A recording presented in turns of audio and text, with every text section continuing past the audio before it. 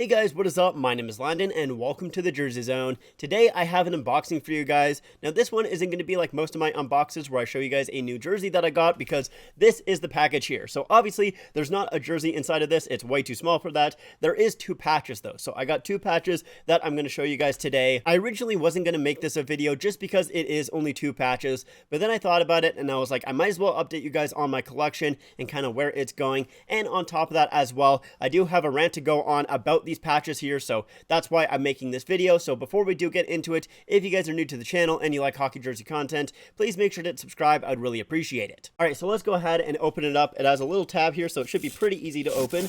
Yeah, there you go, just like that. All right, so let's go ahead and show you guys one at a time. The first one that we have here, perfect, is the 2023 All-Star Game, so the one from Florida this year, and I absolutely love this patch. I think it is gorgeous. You have that double L there making the palm trees, which I think is really cool. The sunset in the background, the water at the bottom. It's a very gorgeous looking patch. I really like it a lot. Now, of course, this one here is going to go on my 2023 Western Conference All-Star jersey. I don't have an Eastern Conference one. I'd like to get one at some point, but I just have the Western as of right now. I don't have the team patch that is also supposed to go on the jersey yet. The plan is the Calgary Flames, and I have seen previous iterations of the Calgary Flames logo in a patch, but not their newer one, so I'm still on the hunt for it. Although I'll be completely honest, I haven't looked super hard, so there probably is one out there that I just haven't seen yet. But when I do get that team patch, I'll have both of the patches sent out, probably to Hockey Authentic and get Nazem Kadri. That is the player that I want on my Western Conference jersey. However, I will say this, don't expect that to come anytime soon. Because in these videos, when I have talked about wanting to get these jerseys customized,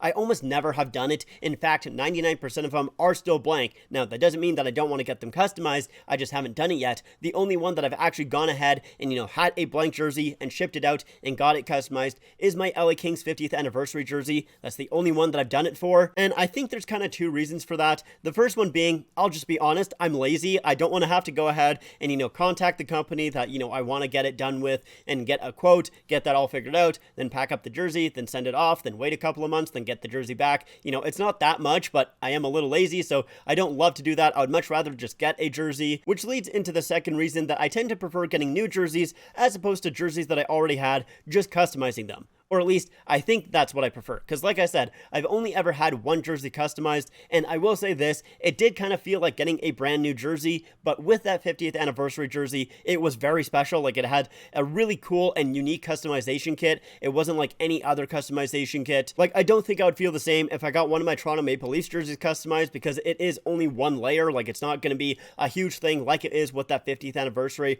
where it has laser etching and like gold, and it's like reverse Kiscot, everything like that. Like, it's super special customization. With some of the other ones that aren't as special, I wonder if I would still have like that excitement with them. I don't think I would, which is why I usually do get new jerseys rather than customizing them. But it is something that I'm trying to move towards. I want to get more and more of my jerseys customized rather than just getting new jerseys. But it might be a while until I actually do that. It's just something that I want to focus on in the future, that is for sure, especially with Fanatics coming up. Not saying that I'm going to be completely done when Fanatics takes over, because we still haven't seen the jersey, so I'm not going to say I'm completely done collecting. Once Fanatics takes over, we'll have to see how bad those jerseys actually are, or maybe they're great and I'll continue collecting new jerseys. But I don't think I'm going to buy any of those Fanatics jerseys until we actually see how they look. So maybe in that time frame, I'll get some more jerseys customized. I don't know. We'll kind of have to see. Anyways, let's move on to the next patch here. I talked about that for a little longer than I thought I was going to. So the second patch that I got is the Seattle Kraken inaugural season patch. So you can see it right there.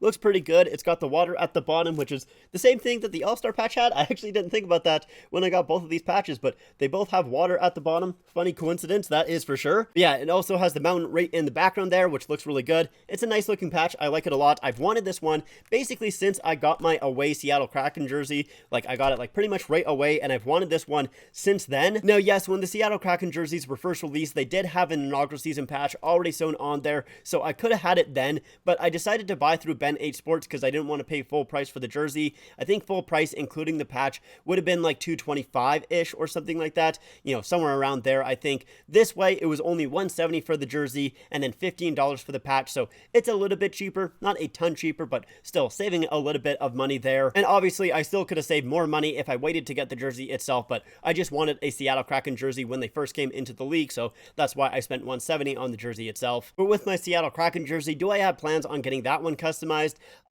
Maybe. I haven't really thought about it too hard, to be completely honest. Probably I will, just because I already have the patch here, so I might as well get it sent in with the patch to get it customized and everything like that. The player, I think I would probably go with Mark Giordano because he was the captain, and I like Giordano as well. I've always liked him when he was with the Flame. Obviously, now that he's a Leaf, I like him as well. So yeah, I would probably get Giordano, to be completely honest. Once again, though, I think it'll be a little while. I'm not going to do it right away here, so don't expect to see a Mark Giordano Seattle Kraken jersey in my collection anytime soon. That is for sure. But yeah, now let's get into that little rant that I mentioned at the start of the video. So it's about the NHLShop.ca, or the Canadian NHL store, which I have talked about in the past when those Reverse Retro 2.0s came out. I'll leave a link to that video in the cards up above. But if you guys don't know, the Canadian NHL shop sucks nowadays. It is awful, man. The reason that I made that original video is because when the Reverse Retro 2.0s were released on the Canadian site, most, if not all, the American team's jerseys were up for $300 Canadian, so $100 more than any of the other jerseys.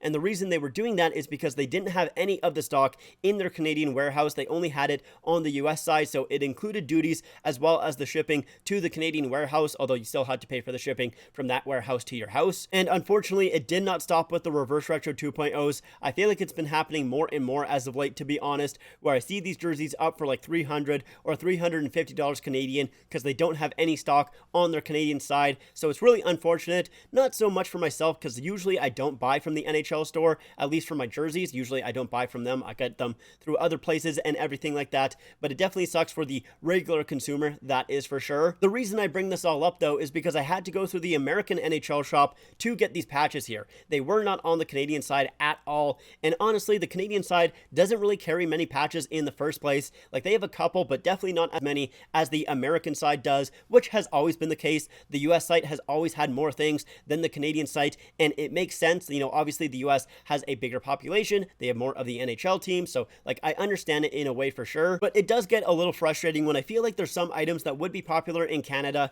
but they're just not there whatsoever. For example, the 2023 Stanley Cup Final patch, I want to get that on my Vegas home jersey so I can put Phil Kessel on it. I know he didn't play during the finals, but he did lift the cup wearing that jersey, so it's not that big of a foul. I might even change that to Marchessault, though, or like Eichel, or even Hill. I'm not really quite too sure. I'm not set in stone with that jersey. I just wanted the patch, but I could not get it through the Canadian NHL store. I would have to get it through the US store. Now, like I said, I did get these patches through the US store, but I did get them a while ago. I sent them to a friend, so, you know, I bought these basically before the finals even started. So the only reason that I got these patches was because of my American friend. He made the shipping a little bit cheaper for me. If I had them sent directly to me, it would have been like $25 to $30 American, so more than the patches themselves, so that would have been way too much for myself. I'd been like, nah, no thanks. So luckily I had him there. But yeah, it's just a little frustrating. It almost feels like they're ignoring the Canadian site or not caring about it as much. At least that's the way that I feel. And I know it's not like jersey collecting is this massive thing, especially like patches themselves. Like, that's even